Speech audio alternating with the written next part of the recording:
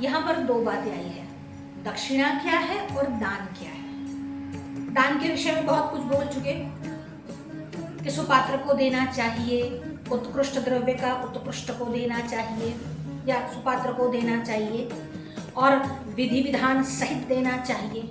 पर दक्षिणा वह द्रव्य है जो कार्य के निमित्त आप देते हो ब्राह्मण को, यानी पूजन कार्य के निमित्त, यज्ञ कार्य के निमित्त, होम आदि जपादि कार्य के निमित्त आप जो ब्राह्मण को देते हो द्रव्य, वह तो है दक्षिणा।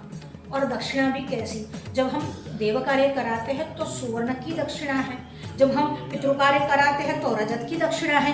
देव कार्य में रजत नहीं और पितृ कार्य में सुवर्ण नहीं, पर दक्षिणा हो तो दान में तो देव कार्य हो कि पितृ कार्य, उसमें सुवर्ण और रजत दोनों ही दे सकते हैं, पर दक्षिणा में ये विशेष भेद है। बिना दक्षिणा की यज्ञ जो है वह परिपूर्ण नहीं होता।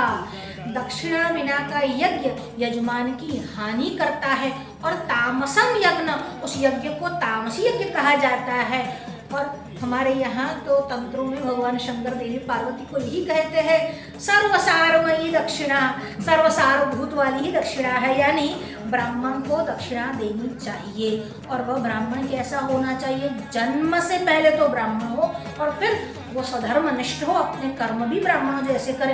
ये तो आपने अभी एक वाकया देखा था, ब्राह्मणों के आई कार्ड बनाकर आ गए, फिर बहुत सारी मारामारी, फिर जपाजपी होने लगती है, फिर बहुत सारे जो है अनिष्ट जो है उसकी आशंकाएं बड़ी रहती है। इसीलिए ये बात देखकर परख कर कि आप जिसको ला रहे हो वो योग्य है कि नहीं, वो जानकार है कि नहीं, वो परंपरा से अगर 3 पीढ़ी तक उसने ब्राह्मण के कर्म का निर्वाह नहीं किया है तो चौथी पीढ़ी में उसका वो अधिकार भी समाप्त हो